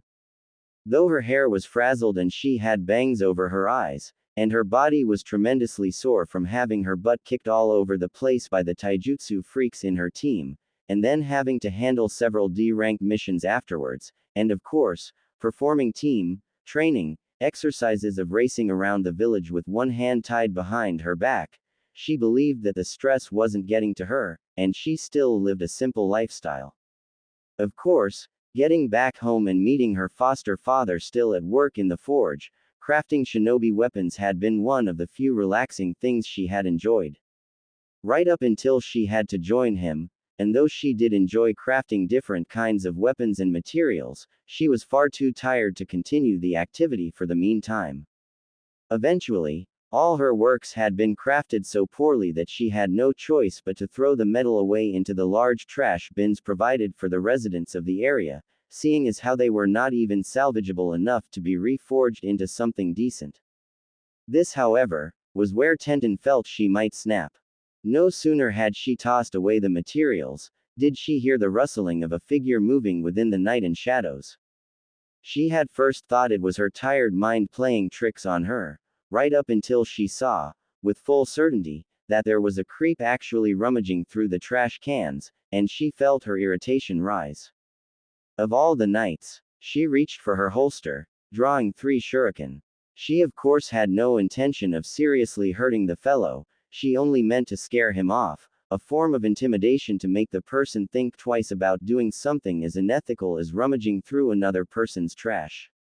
With a flick of her hand, she sent the 3 shuriken flying, enjoying the sound they made as they whistled through the air. Only for her to blink, several seconds later, as she did not hear the sound of them hitting their target. As a matter of fact, she heard no sound at all, as though the shuriken had simply vanished in midair. I missed. No, that's not possible. She grabbed out 2 more shuriken and threw, listening as they whistled in the air. And then they vanished, never hitting their mark. Tenten's irritation turned into a nagging doubt, and she moved from her position towards the trash can, fully intent on finding the reason for the odd mishap. Only to find a blonde-haired boy, muddied and covered in dirt, grinning as he twirled 5 shuriken on his left hand, 1 for every finger, before he dumped them into a large cloth sack. Then, he began ransacking her trash once more, as though he didn't even realize that she was there. Tenten felt her eyebrows twitch. Did you just steal my shuriken? He raised his face up towards her, his eyes blinking owlishly in a perplexed manner. Huh, what are you talking about? Someone threw away 5 awesome shuriken, so I'm taking it. Tenten realized, solemnly, that she might be dealing with an idiot. Given the activities of the day, her exhaustion, and her very slowly teetering resistance to idiocy, she found herself slowly reaching her boiling point. They weren't thrown away, they were thrown at you. He blinked, his face scowling in annoyance. Why would you do that? Tenten resisted the urge to pull out her hair. Why would I do it? She pointed at him. Why are you rummaging through my trash in the middle of the night? I'm recycling. He said it as though it was the most obvious thing in the world. You don't get to recycle other people's trash. Says who? Says common sense. He scrunched his nose up in confusion and shrugged. Never heard of him. Tenten palmed her face, slowly before she took in a deep breath. Well, I'm certain he'll pay you a visit. She withdrew her summoning scroll, as several shuriken emerged between her fingers, when you're staring up at the white ceilings in the hospital. Perhaps, in hindsight, no matter the severity of the offense, it was not a wise thing to attack a poor boy scrounging through garbage. Of course Tenten wasn't going to actually harm him, she just wanted him suitably scared, or at least frightened off for him to scurry off into the night and leave her alone to her aching sores as she got the minimum amount of sleep before Guy-sensei appeared at her window by the crack of dawn. What she was not expecting, however, was for the boy to be caught so off guard by the attack. He slipped, and ended up getting himself directly in the trajectory of one of the shuriken that would have flown safely overhead. Tenten could feel her heartbeat race as she watched the shuriken race towards the boy's eyeball, and she could already see her kunoichi career come to an unfortunate end, as one mistake would lead to her killing some poor hapless kid. Then, the boy leaned forward and twisted his head. Tenten was not a completely religious person, but even she would question if Cammy had been the one to interfere on her behalf as she watched the mysterious young boy headbutt a thrown shuriken with his goggles, somehow hitting it at an angle that was flat with the exact amount of force at the exact needed time. Then she watched as the ninja star ricocheted off his head and struck another one that was mid-flight, which was then sent barreling straight towards her, streaking past her cheek and leaving a cut as it whizzed by. Her jaw detached. Gee gaw, I'm so sorry. He dashed over to her instantly, and it was only then that she realized that there was a wet feeling on her cheek, her hand gently traced over it, and she stared at the redness that stained her fingers. Gomen, I didn't mean, She grabbed his hands, and the boy let out a shudder, expecting a stern reprimand. What he got instead was her staring at him with stars in her eyes. How did you do that?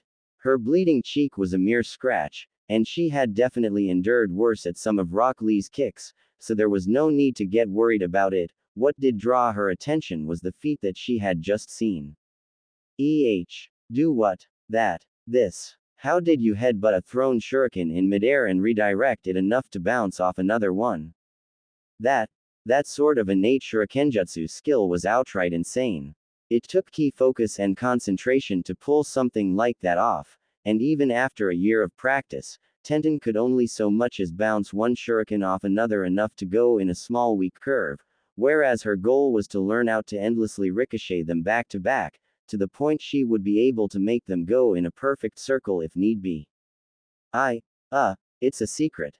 A great secret from the one and only Uzumaki Naruto. Besides, he pointed his finger accusingly at her, you threw shuriken at me. Real ones. You were trying to kill me. She grimaced. They were supposed to be warning shots, but that was wrong of me to actually throw real shuriken at you without knowing if you were a civilian or not. You could have gotten seriously hurt. She bowed her head. Guy Sensei's teachings echoing her that no matter who you were dealing with, an elder or a younger one, you had to be able to accept when you were in the wrong and own up to your own mistakes. I'm sorry. The boy seemed genuinely stunned. Then, he let out a long grin as he coughed and rubbed the back of his head. Shucks, don't worry about it. You were probably just tired from all your training. I get cranky too when I haven't really slept. He coughed again. So I guess we kinda got off on the wrong foot. I'm Uzumaki Naruto, future greatest Hokage of Konoha. His hand extended. Tenten almost wanted to laugh at the words, but then regarded the tone in which he said it. It wasn't just some open, empty statement. No, it possessed the same level of conviction that Lee had whenever he said he would beat Neji, or the same level of belief that Neji had when he said that Lee's fate was determined. It was the same factual manner that Guy Sensei said he was the greatest taijutsu specialist in Konoha, and the same manner in which she had said she would become a strong kunoichi. She smirked. Tenten, future greatest weapons mistress of Konoha. They shook, and he once more flashed another grin. You know, you're the first real genin I've met and you're pretty cool. If all genin are like this, I can't wait to get my headband too. She blinked. Once. Twice. Thrice. You're an academy student. Yeah, what did you think I was? An extraordinarily gifted street rat looking for stuff to pawn in other people's garbage. Oi, it helps that you're wearing that horrible orange jumpsuit. What kind of aspiring ninja wears orange? Oi, don't mock the orange. And what is that posture? Is that a taijutsu stance or is the ground recoiling from your advances? Oi, Tenten sighed. Alright, looks like we're going to have a lot to work on. Work on what now? Tenten cracked her knuckles. You probably don't know how you pulled off that trick with the shuriken, but I know it's not luck. I'm going to figure it out how you did it and repeat it if it's the last thing I do. Naruto blinked. What? It was early, ridiculously so, as the sun was just peeking through the horizon, and the atmosphere was still chilly and filled with morning dew. Despite this, the Sandaime Hokage, Sarutobi Hiruzen, was in his office quite earlier than most. This was because he had a meeting scheduled earlier than normal, but he would not deny that upon hearing that Yamanaka Inoichi had requested a meeting, he was expecting a more serious topic than that of Naruto. Still, he would give Inoichi the benefit of the doubt. Considering the extenuating circumstances, it was not entirely the first time a clan head had approached him about the blonde. What do you know about Uzumaki Naruto? Sarutobi Hiruzen would have found this question odd, and then laughed at anyone who actually had the impetus to ask him such a question. Except, when it came from one of his most trusted shinobi, and the appointed leader of his T&I department, then it became another issue entirely. He responded what he knew about the boy, his parents, his background, and of course, the secret that was sealed into him. What do you know about Uzumaki Naruto personally? With that question came some guilt, as he had not invested much time into the boy's life and affairs, but what he did know was that the boy had a fondness for ramen, a penchant for pranks, was often loud and boisterous, and wished to become the Hokage of Konoha.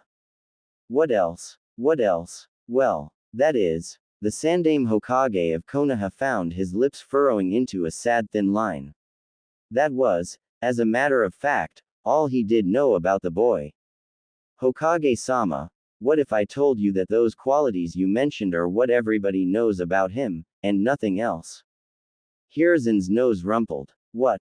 Yesterday, Hokage-sama, I met with his Chunin Academy instructors, and before that, I met with a select few of his classmates, and likewise still before that, I met the owners of the Tsuki ramen stand. All of them, every last one, when I asked them to tell me what they knew about Uzumaki Naruto, they recounted these exact same three things. Yamanaka Inoichi raised 3 fingers. He loves ramen. 1 finger down. He likes pranking. Another finger down. He wants to become the Hokage. The Sandaime Hokage placed his hands on his desk as he gave Inoichi a stern but contemplating look. Had this been anyone else other than Yamanaka Inoichi, he would have stopped listening and waved off their concerns on accounts of blatant paranoia and some hidden bias against Naruto. However, Yamanaka Inoichi had known Namikaze Minato, and the 2 blondes had been friends and comrades, to the point in which they had sometimes worked on the same team. Even more, Inoichi had also known Uzumaki Kushina, and the man was definitely not someone who would ever have any form of bias against her son, somewhat considering the fact that just as Uchiha Makoto had supposedly possessed some childish infatuation with Minato during their academy days, so had Inoichi possessed the same with Kushina. Not that the Hokage listened to or cared about such things, as it was merely the freedom of youth. I do not see where the problem lies, Inoichi. The problem, Hokage-sama, is that we are human beings, not one-dimensional cardboard cutouts. It is impossible for one person to only have 3, and just 3 features about him that makes him memorable, to only have 3 aspects to his personality and character. Inoichi shook his head. To put this into perspective, Hokage-sama, what does Uzumaki Naruto do when he is neither pranking people, nor eating ramen, nor declaring his desire to steal your hat? Where does he go? How does he spend his time outside of classes when neither pranking nor eating? What does he do after a long and exhausting day? The answers to those 3 questions were all equally unknown, and it dawned on the Sandaime just how little he truly knew about the young boy named Naruto, who looked up to him with stars in his eyes as though he was Kami's best gift. Yet, Sandaime knew that he had failed Naruto more than he had helped him. He let out a tired sigh. His age was rapidly catching up to him, and he knew and believed that he had tried to do his best for not only the village, but also for the son of his successor. Everyone Minato knew that was capable of taking care of Naruto was not available. Hitaki Kakashi was a mess, psychologically speaking. After the loss of his teammates, he retreated into Anbu and took only the toughest of missions of the S-rank caliber, and it was clear that he possessed some sort of death wish. He clearly could not leave the upbringing of a child to him. Jiraiya was far too busy maintaining Konoha's spy networks, or at least, so he claimed, as his job did include him traveling from place to place, drinking in bars and taverns and peeping on women in hot springs. Of course, even if he was not basically a wanderer, the Sandaime could not in good conscience leave Jiraiya all alone to raise a child. Tsunade would have been perfect, but she was now an alcoholic and gambling addict lost to her own grief, and he would not want her raising an impressionable young child either. Uchiha Makoto had once offered, but the clan politics were against such a thing, as the Uchiha clan had just been accused of the ones masterminding the Kyuubi's attack in the first place. It would be tremendously bad if one of their own had then decided to adopt the boy. The Hyuga were out of the question, and part of his village they might be, but Hiruzen had never appreciated or favored a clan that could and would so callously brand their own family members as slaves in the name of preserving and protecting a bloodline. Such a place was not where he wanted Naruto to grow up, believing that such practices were the norm. The Aburame once again offered, but it was likewise impossible as at the time, the Kyuubi's chakra and presence made their Kikaichu bugs scared and wary, and of course, there was the issue of Naruto eventually growing up to feel like an outsider, as he vastly contrasted the majority of the Aburame. The ideal clans would have either been the Nara, the Yamanaka, the Akamichi or the Inuzuka. However, there was once again the question of allowing a single clan that much power. It was not viewed as a clan attempting to train and foster the son of their hero, rather, as a clan potentially raising and shifting the loyalty of a Jinchuriki away from the village and into their own hands. And so, Naruto had grown up unloved and uncared. Hokage-sama. The aged man was drawn from his musing, and he shook his head, letting out a long sigh. I believe we should let sleeping dogs lie, Inoichi. What? If you are worried about Naruto-kun's loyalty, I can personally assure you that Naruto is loyal to Konoha without measure. I can see it in his eyes, in his movements. He would be the last person in the world to betray Konoha. But Hokage-sama, this is my final decision, Inoichi. For Kami's sakes, let the boy be. Once he graduates from the academy, then you can conduct whatever tests you wish during his psych evaluations.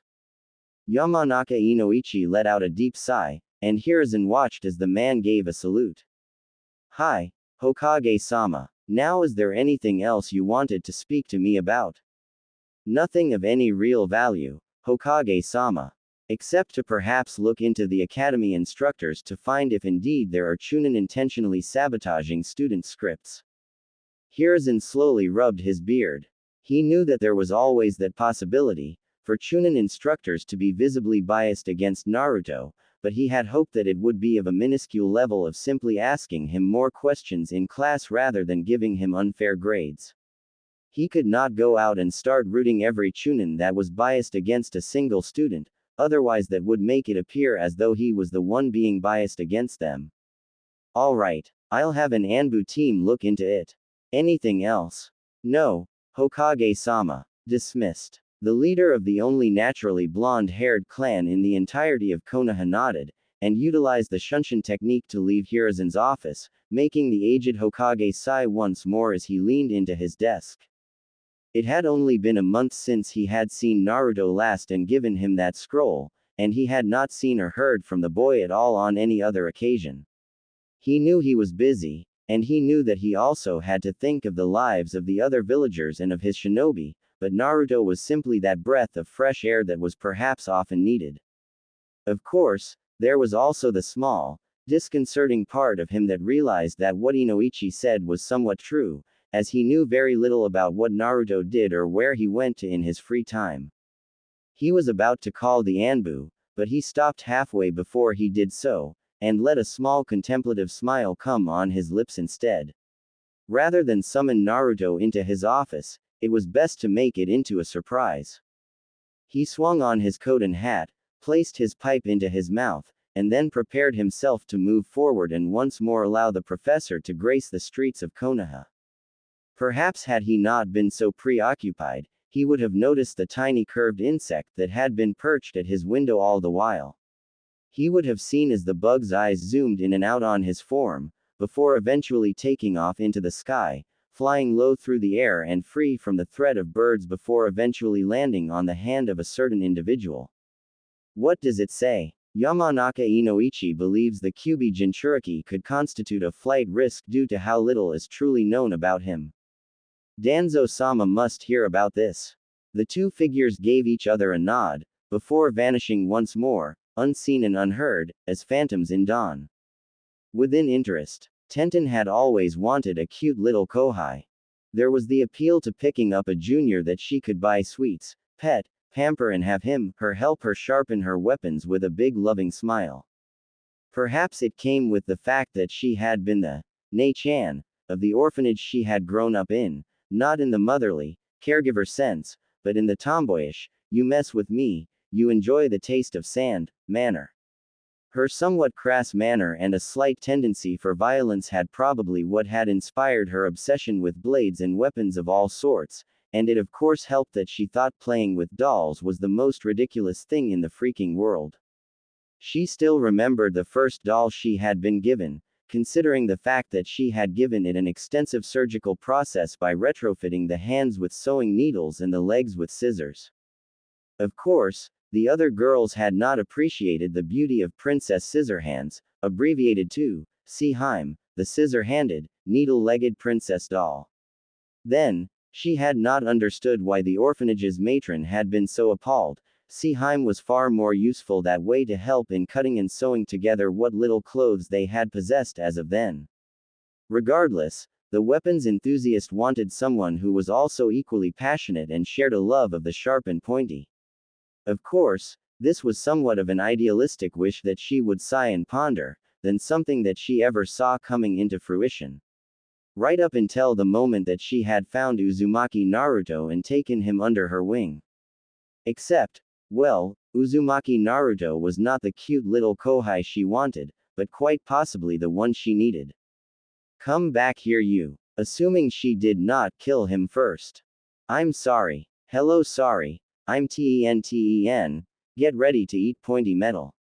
As it had turned out, she really wanted to find out if she had been a little bit too enthusiastic in seeing his display, and then she wondered if it was mere, simple, dumb luck that had saved her career as a kunoichi from coming to a terrible end. So of course, she had needed to confirm that hypothesis by recreating the scenario and seeing if indeed, Uzumaki Naruto could curve and redirect shuriken with a headbutt.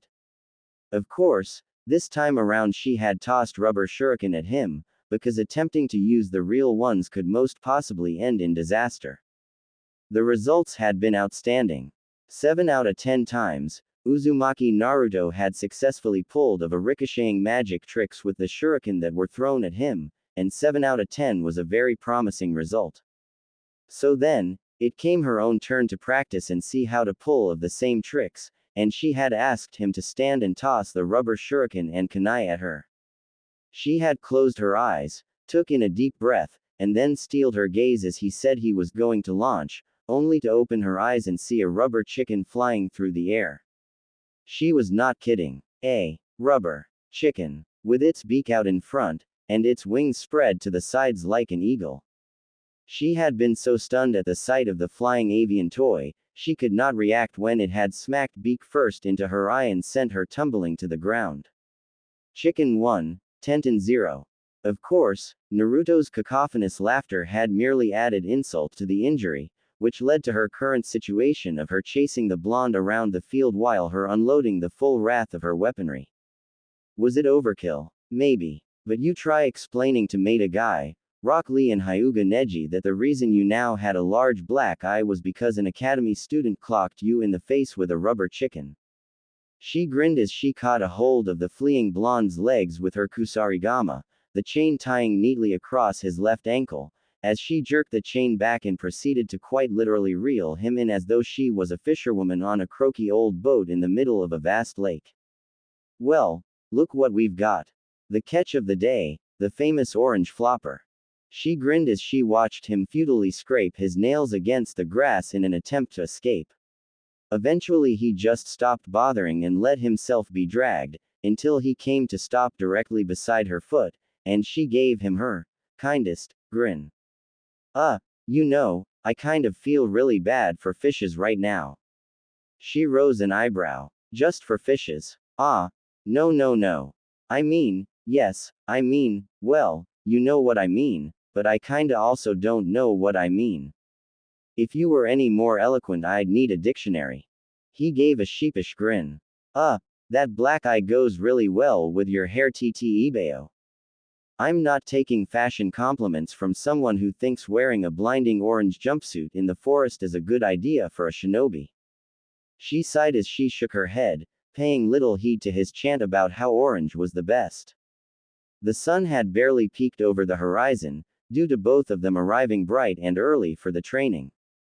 Dressed in her training clothes that was more or less a refitted martial arts GI, rather than her normal attire, she really shuddered when Naruto showed up, fully clad in his orange glory. That jumpsuit had got to go, staring at it was making her already aching eye ache even more. Speaking of which, how in the world did a rubber chicken have enough force to give her a black eye? For Cammy's sakes, the only thing that was capable of doing that was one of Rock Lee's punches or kicks, but of course, Lee was a gentleman at heart, and his attacks never aimed for her face. Wait, why in the world do you even have a rubber chicken in the first place? Naruto had stopped listing off the vague uses and benefits of the color orange to stop and gave her a stare. Oh yeah, that. I wanna become a trap master dadbao. She blinked. What? Was this providence? Was the fate douche onto something when he kept insisting that there was a divine will in place for each and every being? She shook her head. Heavens forbid Neji was right. You want to become a trap master, meaning you want to become a shinobi that uses traps to fight. He gave an enthusiastic series of nods. I don't see that working out well for you at all. Huh, what do you mean? She pinched his cheek, dragging it, only to blink as she realized that the whisker marks felt like grooves in his skin, and as he gave an incoherent grumble. What I'm saying, chicken man, is that you look more like someone fit for flashy ninjutsu or taijutsu. She grinned. Though mostly ninjutsu, because you need to grow about a dozen couple of more inches to make sure your opponents don't lose sight of you in a taijutsu brawl, chibi. Oi, I'm not short, and the Hokage is a young bachelor with women vying for his attention. Naruto frowned. He opened his mouth for a second as if to say something, but then changed his mind and closed it as he grinned. I don't think Gigi would find that funny. She shrugged. His inability to see the comedic value doesn't mean it's true. Naruto gave another wide grin. Well, it was true, once upon a time. It's not like Hokage Gigi was born old. Tenten sighed. You're missing the point. Being an ensnarement specialist is something that takes time, dedication and planning. If you want to plant a trap for your enemy, you are working on the assumption that you know where your enemy is, how he will react, and a plethora of different uncertain variables that will contribute to the success of your traps. And that is almost never the case in a battle. Ensnarement specialist. Awesome. I didn't know there was already a title for it, dadbao. Her left eye twitched slightly. There isn't, I just made that up on the spot, and I think you're still missing the point. Huh, no, I get it. She gave him a flat look. Really now? He placed a finger on his chin. Say, I'm on a super secret mission to guard the greatest bowl of ramen in the world, but then, shinobi from the hidden village of noodle broth, are trying to steal it. If all I've got is my traps and stuff with me, I need to know which road they'll use to try and get the ramen, how many of them they are, and whether my traps can stop them all and keep the ramen safe all at the same time. 'Cause if I don't know all of it, my traps could fail to even catch them and they'll get away with the ramen ttebao. She blinked. That's one way of explaining it. But yes, you need foreknowledge if you intend to succeed as a shinobi using traps. If you work on a team that has a hyuga, a sensor or a tracker of any sort, you'd have that aspect mostly covered, but even then, there exists the possibilities of the traps failing, or of them missing your targets altogether. Successful trapping of opponents was something she knew about because she had dabbled a bit on it earlier, utilizing things such as bear traps and paper bomb mines. Even with Neji's Byakugan telling her where the opponents were coming from in order for them to plant down her traps, it had still not done much good. Their opponent had attempted to flank them, missing her traps completely and going all the way around to attack them from behind. Any attempt she had made to lure them towards the traps had only succeeded, until they realized they were traps there, and then proceeded to avoid it like the plague, making most of her work pointless. Sensors and ninjutsu experts were also the bane of all trap setting, because your opponents either sense the traps miles away or simply barrel through it with ninjutsu. So, what do you think I should do? She turned her gaze back to the boy, his two brilliant blue orbs looking bright and eager as he playfully tossed a rubber chicken in his hands. Me. Well, yeah, you're the expert. He rubbed the back of his head. Should I still try and be an, ensnarement specialist? Or, well, should I, Tenten scratched her head as she glanced around the area. It was strange for someone to come for her for advice on specializations, as Lee had never done it, Neji would never do it, and Guy did not need to do it. Still, she stared around her team's training ground as she contemplated a way to make Naruto's goals of utilizing traps become more effective. Training ground 9 was nothing special. There was a small pond, numerous trees, and a kicking post that had been abused to hell and back by the furious feet of Lee. The training grounds were somewhat large, as expected from Konoha, and it was filled with the luscious green trees and a thick forest covering. She turned her attention to the several bull's-eyes and stationary targets that she had also abused to hell and back by puncturing them with as many shuriken and kunai as she could. All of them hit the center though, now having extraordinary aim, although it had not always been the case, and once upon a time she couldn't even toss a rolled-up paper ball into a basket 3 feet in front of her. Hello, Tenten, you still in there? Her attention rapidly turned back to the blonde, gazing at her up with eager eyes. She wanted to tell him that he was still an academy student, and he should not be bothering so much about any of this now, considering his Jonin sensei could just come up one day and kick all of his hard work to the curb. She likewise wanted to tell him that utilizing traps was not in his best interests, considering how he seemed to be a walking ball of chakra, and he would excel at becoming a ninjutsu tank. She wanted to shake her head and contemplate what in the world she was doing, spending her Saturday morning off tutoring someone. This was one of the only 2 days when she was usually free from Guy, his eccentric mini-me and the fate douche. What had spurred her to come out so early, and start training to learn how to deflect shuriken with a headbutt? It sounded like something Lee and Guy would do when they were fired up and did not think about the larger picture. Tenten, you never really wanted to be a weapon specialist, did you? Naruto's voice had drew her from her thoughts, and she turned back to the blonde, whose eyes were the same blue, but rather than sparkle, they seemed to have a curious depth to them, like someone had dipped their hands into water and caused continuous wavy ripples. Then her mind interpreted the words and identified their semantic meaning together as sound around her started to slowly go mute. Well, she had never wanted to become a weapons specialist, even though she did like the sharp pointy objects. No, her true dream was to become like her role model, like Senju Tsunade, one of the Densetsu no Sanin, and the world's greatest and foremost medical practitioner. She had wanted to become a medic, a healer, someone who would aid her companions on the battlefield when they were wounded, someone who would ease and comfort bruises and pain. There were 1,000 people who could kill and there were a dozen kunoichi who only knew how to seduce, but there were very few individuals who could heal and restore, because that was a truly difficult task. One that had been too difficult for her, so it had seemed. Dreams were fragile, and reality came crashing upon the realization that she did not have the chakra control to become a medic. There was no hopes of her ever saving life in a profession that demanded all she did was to take it. So in the end, her dream tarnished, realization that her lifelong idol was a person she could never work to become, she had thrown herself into weapons instead. She did love and care for weapons, she really did, but there was always the nagging reminder at the back of her mind that the only reason she was a weapons specialist in the first place was because she had failed her original dream. Her goal of becoming a weapons master was just a cheap substitute. Still, no one should have known this, or at least, remembered it. Not her sensei, not her teammates, and not even her adoptive father. She gave him a steady gaze. Why do you ask? What do you mean? No one has asked me that before. Ever. She would remember easily if there had been anyone that had brought it up, but there was none.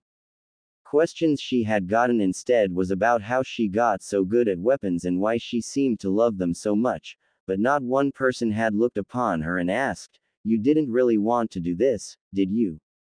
It was like looking at a pro fisherman, smiling with a giant shark in his hands, and then telling him that he never wished to be a fisherman and then somehow being correct. What could possibly even draw that conclusion? Well, I noticed that. He looked as though he was going to continue, before shaking his head. Never mind. It's not important. Her lips pursed. Not important. No, there was not a chance in hell that she was going to take that. Oh no, you don't. If you've got something to say, you'd better say it. He seemed doubly reluctant and it made her more annoyed. What was he hiding? Was he secretly some kind of stalker that had been following or was obsessed with her? It seemed unlikely for that to even be the case because she was certain she was a good enough kunoichi to have noticed someone wearing bright orange with bright blonde hair stalking her. So what? You just looked at me and it came to you just like that. That's not possible. What tipped it off? Well, he rubbed his chin, his eyes still giving that strange depth. It's kinda in the way you throw. She rose an eyebrow. In the way I throw. What kind of vague ridiculous statement was that? How did the way she threw her kunai and weapons indicate anything of the sort? That was like saying that you could tell a husband was cheating because he always hoarded family funds, or a woman was a murderer because she cut meat at ungodly speeds. She grabbed him softly by the collar and gave him the nicest smile she could muster. Naru-chan, would you kindly mind explaining what that means? Gah. That's the only way I can explain it, Datbeo.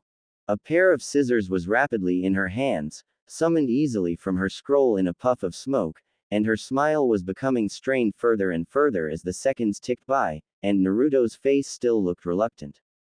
Try harder, or the orange jumpsuit gets it. Wait. Hey now, there's no reason for the jumpsuit. She gave him the look. The one she had first given Neji when he thought he could get away with talking down to her the same way he talked down to Lee, the one she got whenever someone insulted or called her one-dimensional for her choice in relying only on weapons, and the one that had usually sent tall bullies twice her size reeling back before her fists and even began to shatter their noses.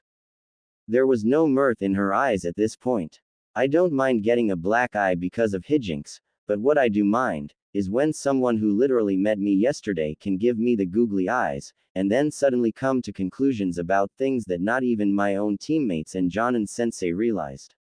So either you start talking, or I start snipping. His reluctance seemed to remain strong as his face squirmed in a myriad of expressions, right until the snipping of the scissors took off a large portion of the orange jumpsuit. Alright, you throw like Sasuke Tem. She blinked, the scissors coming to a stop in her hands. The name was infamous at this point, and you would be hard-pressed to find anyone who did not know Uchiha Sasuke, sole survivor of the Uchiha massacre. Explain. Now, he groaned. When you throw, you don't really give off that super awesome vibe of you saying, I can do this even though you really can, you give off that vibe saying, I have to do this. And what's the difference? Uzumaki Naruto gave her a shrug, his shoulders raising and dropping in rapid succession, and his depth-filled blue eyes hit her brown straight on. I can become the Hokage, but I don't have to become the Hokage. Not a word was uttered as she gazed into his eyes, and then eventually detached her grip from his collar, as she snapped the scissors close with a flick of her wrist. I think we're done here. Oi, what's that supposed to mean? What do you mean we're done? She dusted off her training attire as she gave the annoyingly perceptive blonde a final look. She wasn't even sure if the blonde understood the insinuations of his own statement, or perhaps he did, and maybe he was pretending not to.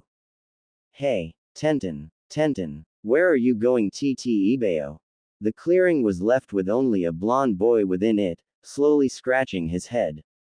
Was it what I said? But she's the one who wanted me to say it. So why'd she get angry, Ibeo? He proceeded to irritably scratch his head. Ga. First Sakura-chan, then Ino, and now Tenten. I don't get girls at all.